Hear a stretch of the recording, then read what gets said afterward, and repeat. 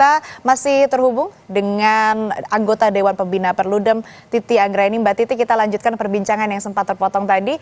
Kan sekarang sudah ditetapkan, sudah dijalankan, sudah masuk ke pendaftaran calon. Selanjutnya, pengawasan dan pengawalan seperti apa yang harus dilakukan di Pilkada 2024? Ya, ini memang pendaftaran calon ini biasanya Mbak, itu ramainya kalau pilkada itu di ujung. Jadi injury time tuh. Apalagi kemudian kan ada konstelasi politik yang sangat dinamis beberapa hari belakangan. Kita lihat misalnya saja di daerah saya, Kota Tangerang Selatan, PKS memutuskan mencabut dukungan terhadap pasangan Ariza Patria dan Marcel. Nah, hal-hal seperti itu kan tidak lepas dari konsekuensi atau kemudian ekses putusan Mahkamah Konstitusi nomor 60 dan perubahan konfigurasi politik nasional. Lalu kemudian apa yang harus kita lakukan? Kita tetap harus memastikan bahwa pasangan calon yang didaftarkan atau bakal pasangan calon yang didaftarkan oleh partai politik ini betul-betul memenuhi syarat, baik dari sisi persyaratan administratif ataupun persyaratan-persyaratan yang diperlukan untuk pendaftaran pasangan calon oleh partai politik atau gabungan partai politik. Biasanya nih di dalam proses pencalonannya itu kan akan ada penelitian terhadap keterpenuhan verifikasi administrasi atau persyaratan administrasi dan terhadap calon perseorangan yang sudah memenuhi persyaratan dukungan. Jadi calon perseorangan itu kan sudah mulai duluan itu Mbak Asri. Nah, mereka tetap harus mendaftar kembali ke KPU dengan melengkapi syarat-syarat calon dari sisi pendidikan dan lain sebagainya. Itu semua harus kita pastikan tuh. Walaupun misalnya cerita lama ada saja cerita soal pendidikannya ternyata tidak memenuhi syarat. Lalu kemudian apakah dia jeda sebagai mantan terpidana sudah 5 tahun atau belum? Karena di dalam undang-undang pilkada kita disebutkan kalau partai politik mencalonkan seorang mantan terpidana, ya kita berharap tidak ya. Tapi faktanya ada saja. Jangan lupa ini 37 provinsi, 508 pilkada bupati wali kota.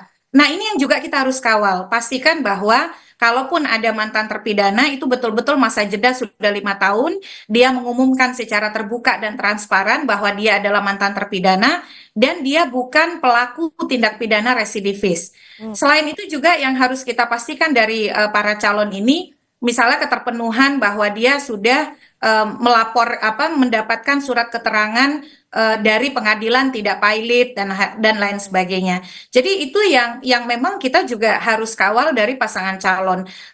Tentu kita juga harus pastikan ya visi misi rekam jejak para pasangan calon ini jelas begitu. Dan ini kan akan diunggah oleh KPU. KPU perlu transparan terkait dengan persyaratan juga program visi misi rekam jejak dari para pasangan calon untuk diunggah di situs-situs yang dimiliki oleh KPU. Jadi kita jangan berhenti senang nih karena partai misalnya dapat akses mengusung calon begitu. Tapi kita ingin euforia kita karena ada ruang yang lebih inklusif di pilkada itu juga diikuti oleh pencalonan figur yang memang sesuai dengan kebutuhan daerah. Oleh karena itu cermati rekam jejaknya, cermati visi misinya, cermati latar belakangnya begitu. Ingat kalau kita tidak senang dengan perilaku apa yang terjadi di Balik, yang terjadi sebagai pembegalan atau pembangkangan konstitusi, itu jangan sampai suara kita, pilihan kita juga jatuh ke tangan yang salah. Kalau kita tidak menginginkan perilaku yang tidak sesuai dengan suara dan aspirasi kita, maka kita harus pastikan, walaupun katanya suara kita hanya satu orang, satu suara, satu nilai, tapi suara yang satu itu sangat berharga. Karena kalau salah pilih, kita sudah merasakan, kalau mereka yang punya otoritas, punya kewenangan, membuat keputusan yang tidak sesuai dengan aspirasi kita, wah, dampaknya itu luar biasa. Kita harus turun ke jalan, kita harus demonstrasi, begitu. Nah, itu yang harus kita pastikan pasca pendaftaran ini, jangan sekedar ini menjadi perhelatan KPU dan pasangan calon, tapi kita juga bisa melihat website KPU, kita cermati persyaratannya, lalu CV-nya atau riwayat hidupnya, dan apa yang kemudian mereka tawarkan begitu Mbak. Ini rangkaiannya kan akan diikuti kemudian kampanye, lalu kemudian pemungutan suara, baru kita akan mendapatkan calon terpilih setelah ditetapkan oleh KPU. Jadi rangkaiannya ini tidak berhenti hari ini, dan paling penting juga Mbak Asri, saya senang nih kita semuanya diliput ya. Ada dari Jakarta, ada dari Jawa Barat, dari Sumatera Utara, Sulawesi Selatan, dan nanti akan banyak daerah lain. Pilkada tuh bukan cuma Jakarta gitu. Hmm. Jadi mulailah kepedulian tuh dari daerah kita. Karena di daerah kita, dimanapun kita berada, itu ada pilkadanya. Hmm. Walaupun di Yogyakarta tidak ada pemilihan gubernur, tapi semua kabupaten di Yogyakarta itu ada pilkada bupati wali kota. Hmm. Walaupun di Jakarta tidak ada pemilihan bupati wali kota, tapi ada pemilihan gubernur. Di setiap kita tinggal pasti ada pilkada. Jadi mulai peduli dari daerah kita. Jakarta itu satu sisi menarik memang ya sebagai barometer politik nasional. Tapi peduli pada daerah kita itu yang sangat penting. Karena yang kita pilih itu orang yang akan membuat kebijakan terhadap daerah kita 5 tahun ke depan yang paling dekat dengan kita dan yang paling berpengaruh dengan hidup kita sehari-hari nanti, Mbak Asri.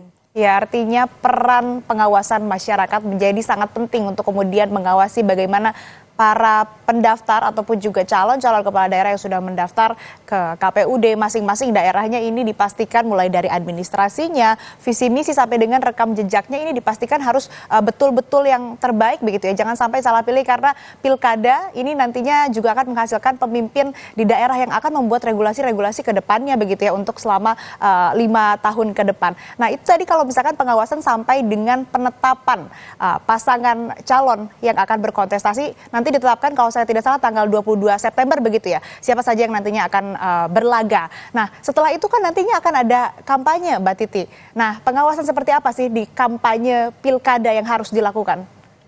Ya, betul sekali Mbak. Jadi usia para pasangan calon itu harus 30 untuk Pilgub dan juga 25 pada Pilkada Kabupaten Kota saat penetapan pasangan calon oleh KPU. Kapan itu penetapan pasangan calon? Yaitu 22 September.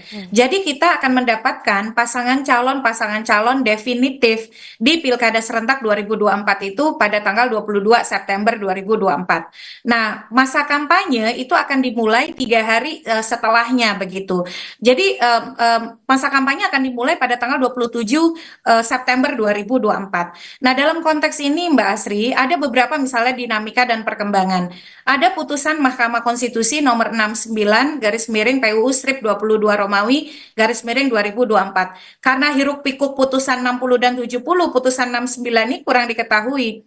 Jadi Mahkamah Konstitusi pada 20 Agustus juga memutus kampanye tuh boleh loh di perguruan tinggi, tapi ada syaratnya, harus dengan izin penanggung jawab dari perguruan tinggi tersebut dan juga tidak boleh pakai atribut. Yang menjadi pemohonnya adalah 2 mahasiswa saya di Fakultas Hukum Universitas Indonesia. Mengapa mereka menginginkan kampanye boleh di kampus?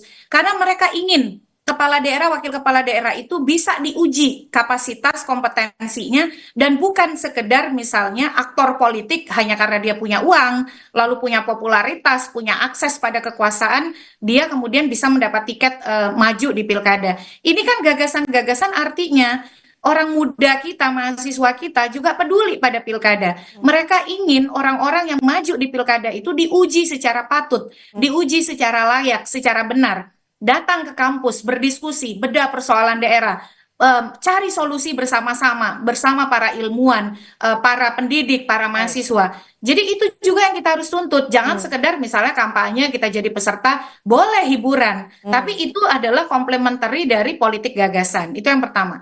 Yang kedua adalah dalam kampanye tentu kita harus hindari. Salah satu tantangan besar, masalah besar di kampanye itu Mbak adalah politik uang. Jadi bagaimana kemudian jual beli suara menjadi pendekatan untuk mempengaruhi dan membeli suara pemilih.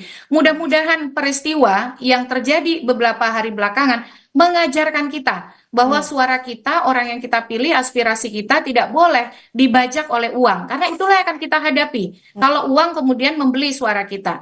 Yang kedua adalah soal potensi politisasi birokrasi. Bagaimana birokrasi digunakan untuk pemenangan kandidat tertentu secara tidak bertanggung jawab. Nah, yang ketiga adalah kampanye menggunakan sentimen hegemoni politik identitas. Nah, ini yang juga kita harus pastikan ya, kita memilih itu betul-betul ya nggak apa-apa kita suka karena satu daerah dan lain sebagainya. Tapi jangan sampai itu menegasikan rekam jejak, menegasikan misalnya hanya karena satu daerah lalu pilih orang bermasalah secara hukum, rekam jejak pelaku kekerasan seksual. Nah, itu sangat tidak dibenarkan. Dan yang terakhir, kita jagain penyelenggara pemilu kita, Mbak. Karena penyelenggara pemilu kita itulah yang nanti akan menghitung suara kita. Jangan sampai mereka tidak profesional, tidak netral, mereka harus bekerja dengan benar, logistiknya harus ada, dan harus tersedia tepat waktu. Jadi ini yang partisipasi kita bukan hanya berhenti memastikan kepatuhan pada putusan Mahkamah Konstitusi, tapi tadi itu awal dari sebuah proses panjang yang akan kita genapkan, kita tuntaskan dengan memilih figur-figur yang tepat dengan proses juga yang sehat dan anti korupsi, Mbak. Oke, di proses kampanye ini banyak sekali PR ataupun juga pengawasan yang harus dilakukan. Salah satunya juga peran masyarakat untuk mengawasi bagaimana tadi tempat kampanyenya, boleh di perguruan tinggi tapi dengan segala syaratnya. Kemudian juga kita harus bagaimana mengantisipasi black campaign seperti politik uang, politik identitas, dan juga kita harus mengawal dan mengawasi penyelenggara pemilu untuk kemudian bisa menghasilkan hasil pilkada yang betul-betul fair begitu ya. Nanti kita akan lanjutkan lagi perbincangan kita Mbak Titi, tapi kita harus jeda sejenak. Tetap bersama kami di Breaking News Kompas TV.